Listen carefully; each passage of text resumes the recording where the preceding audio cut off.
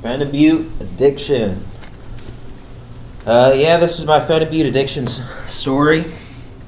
It's kind of a scary story, so let's get to it. So yeah, I started using Phenibut when I was watching a YouTube channel. A guy said a friend recommended him to it. He said that yeah, he started taking it, and he was like, yeah, it's an anti-anxiety medicine, supplement, whatever. He's like, yeah, you feel great. It's great for social anxiety and everything. And yeah, so I watched that YouTube video. I never heard about this stuff before. I thought that it was going to be like a supplement similar to like melatonin or L-theanine, where like it kind of works, but at the same time, kind of don't really feel it. And yeah, and so I ended up ordering a 5-gram jar from Withdrawal.com, like a sample thing, you know. And see, I think the first time this was in the summertime, so I took 250 milligrams, and I waited about 4 hours. I did everything the right way. Like, I didn't eat at all. I didn't, you know. And I took 250 milligrams. I waited 4 or 5 hours, and as I was driving to the gas station to go put gas in my car, I started feeling spectacular. I felt very relaxed, very euphoric.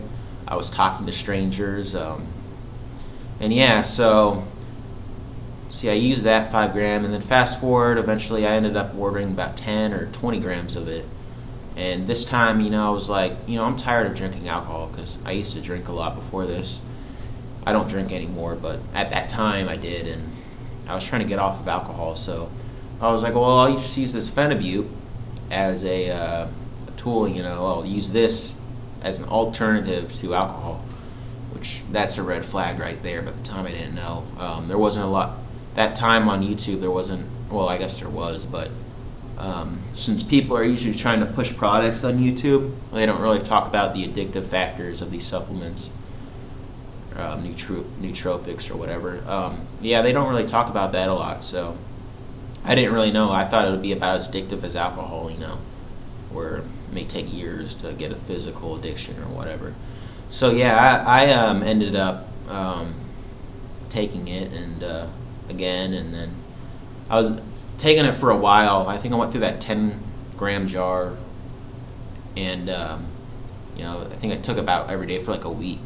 And so yeah, then I ended up moving back in with my parents, because my girlfriend was going to move home. I was going to move back to with my parents. You know, we we're going to save up, get a new apartment, and it wasn't too good. I ended up going back there, and I didn't have any more Phenibut anymore, and I was like, just for I think 3 days straight, I was about to start a new job, and I didn't know that these were withdrawals at the time, but after the 3rd day it made sense to me they were. But yeah, the first day I just felt very irritable, low self-esteem, lots of anxiety, felt very just irritated. I could not sleep. I was getting about 3 hours of sleep a night, and when I was sleeping, I was falling into this half awake, half sleep thing, and I was just having terrible nightmares, just crazy anxiety.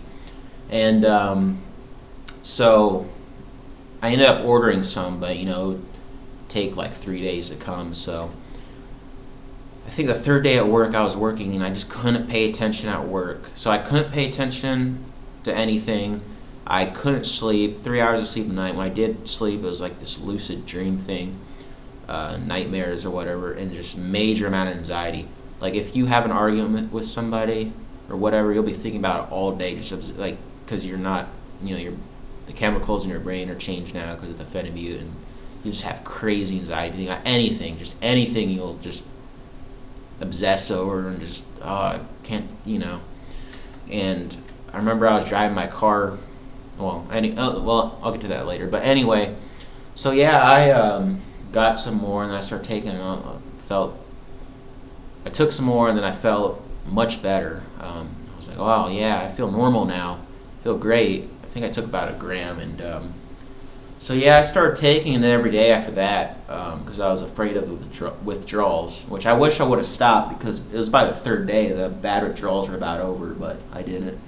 And so yeah, I started taking it every day again, and I ended up getting up to 3 grams by like this after like, I don't know, not very long, but so yeah, I started taking 3, 4, 5 grams a day. And once you get up to about 5 grams, it just feels like you're drunk, kinda. But like you can still talk to people, you don't get the hangover and stuff, but you're very, wobbly and whatever. And let's see. So yeah, I took that 3 grams. So yeah, it was up to 3 grams a day. I was taking sometimes 4 or 5, and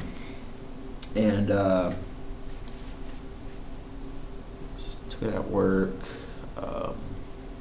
today. Yeah. So anyway, fast forward like 2 or 3 months now. Taking it every day. I'm just not acting the same really. I'm spending all kinds of money because I'm all loose on this stuff, and I'm just not really like just doing things I shouldn't, and because I'm all on the Phenibut, and so yeah, I remember there was this one time where like I would like to take it at night before work too. I would take it in the morning and at night, and I like to take it at night, but I wouldn't go to sleep because I like the way it felt so much that I would stay up. I remember one day when I got off work, I was on the Phenibut and I was like sleep deprived, and I was at a stop sign because there was like a traffic jam, and I ended up falling asleep on the wheel like this, and I woke up to my car hitting the guy, rear-ending the guy. And I was like, oh, and then I got out, you're okay, whatever. But yeah, so it was making me fall asleep a lot. I was nodding out at those high doses, but at the same time, I didn't want to stop taking it because I was afraid of the withdrawals. So about 3 months into it, I was like, a few weeks ago, I was like, I got to get off this stuff because I found out about Kratom. I started taking that. That was a much better alternative for me. But ended up taking Kratom, and there wasn't really much need for the Phenibut anymore. That was my better alcohol alternative, and it had way less side effects and just totally different thing. But so I got down to 3 grams a day. 3 grams a day was the max amount, or the minimum amount I could take that I wouldn't have withdrawals, but I would not get any euphoric effect. And I got down to 3 grams a day. I started doing that, and then I said, I'll make my own taper plan. So I started taking 200 milligrams off my 3 grams a day. I went 3 grams to 2,800 to 2,600. Yeah, just dropping 200 milligrams every 2 days. And so far, I'm down to 1 gram now. And this taper plan that I made is completely painless. I'm not having any bad side effects so far. It helps when you take Kratom right when you dose it, because I was taking 1 gram in the morning and then 2 grams in the afternoon after work. And I mixed my 2 doses together, the 3 grams, and I started dropping 200 milligrams every 2 days. And it has been painless, I gotta say. But yeah, I just wish more YouTubers would. I mean, a lot of them have affiliate programs where if they can get you to click on the link, you buy it, and they'll make some money off of it. So they don't ever tell like the bad parts about nootropics. And but yeah, I'm not saying Phenibut's bad or anything.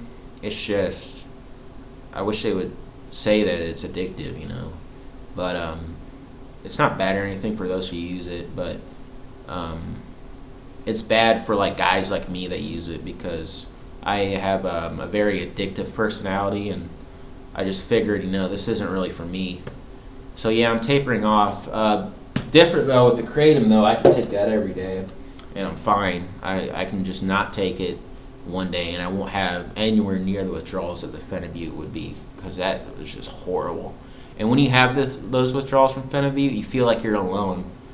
That's another thing. Like, I felt like I can't go to the doctor because they don't know what that is, or they're not going to know what I'm talking about. It seemed like online there was only a handful of people that wrote down their experiences, so that's another reason why I'm making this video.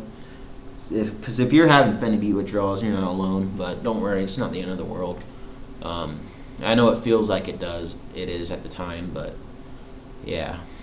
But yeah, my addiction was pretty bad. I remember one time my withdrawals were so bad that I ordered 2 of these, and I needed it because I was real close to running out, but I wasn't paying attention to how much was in there.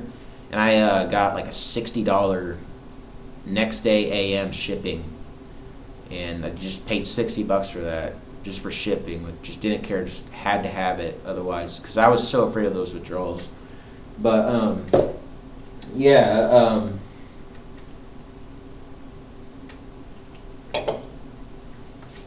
it's I wish more people would say that it is addictive.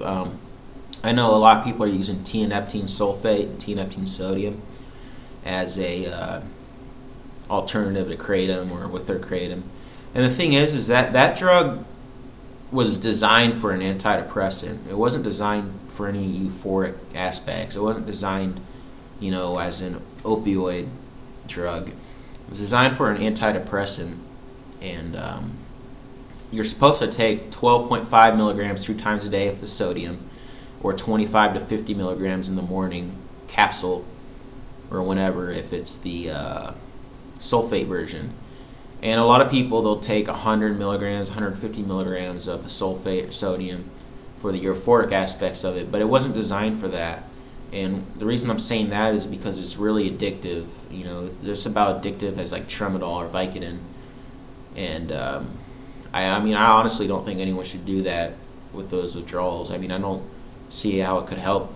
Like, it could help for the the actual reason you're supposed to use it, but I feel like if you're abusing that stuff, what's the difference? Like, they talk about alternative medicine or alternative, you know, to kratom or whatever, but what's the difference between taking that and taking Vicodin or tramadol? Like, they both have painful withdrawals, are both very addictive, and in most cases tianeptine is stronger than tramadol. So I just don't get it. Like, what's the difference between like that with abusing pharmaceutical drugs? I mean, I know it can kind of help, and I'm not saying any of these drugs are bad. The Phenibut's not bad. I abused it. It was my fault. But this video is for the people that, you know, they messed up and they need help. So yeah. See, I covered the Phenibut withdrawals and addiction. Yeah, it's pretty painful. But yeah, if you guys want me to make a video about anything, have any questions, just feel free to ask me. I'll make a video about it. I'll reply to your comment. I know one guy did reply to one of my comments. That was pretty cool. That kind of motivated me to make this video, because I know some people are listening, and this could help out a few people. But yeah, I just say, really, only thing you should be taking be kratom, in my opinion. Other nootropics are fine. Just be real careful with the tianeptine and the Phenibut. I'm not telling you not to take them. You know, it's okay. I just want to point out there that there is potential for addiction, and it's a rough road after that. So, thanks. Bye.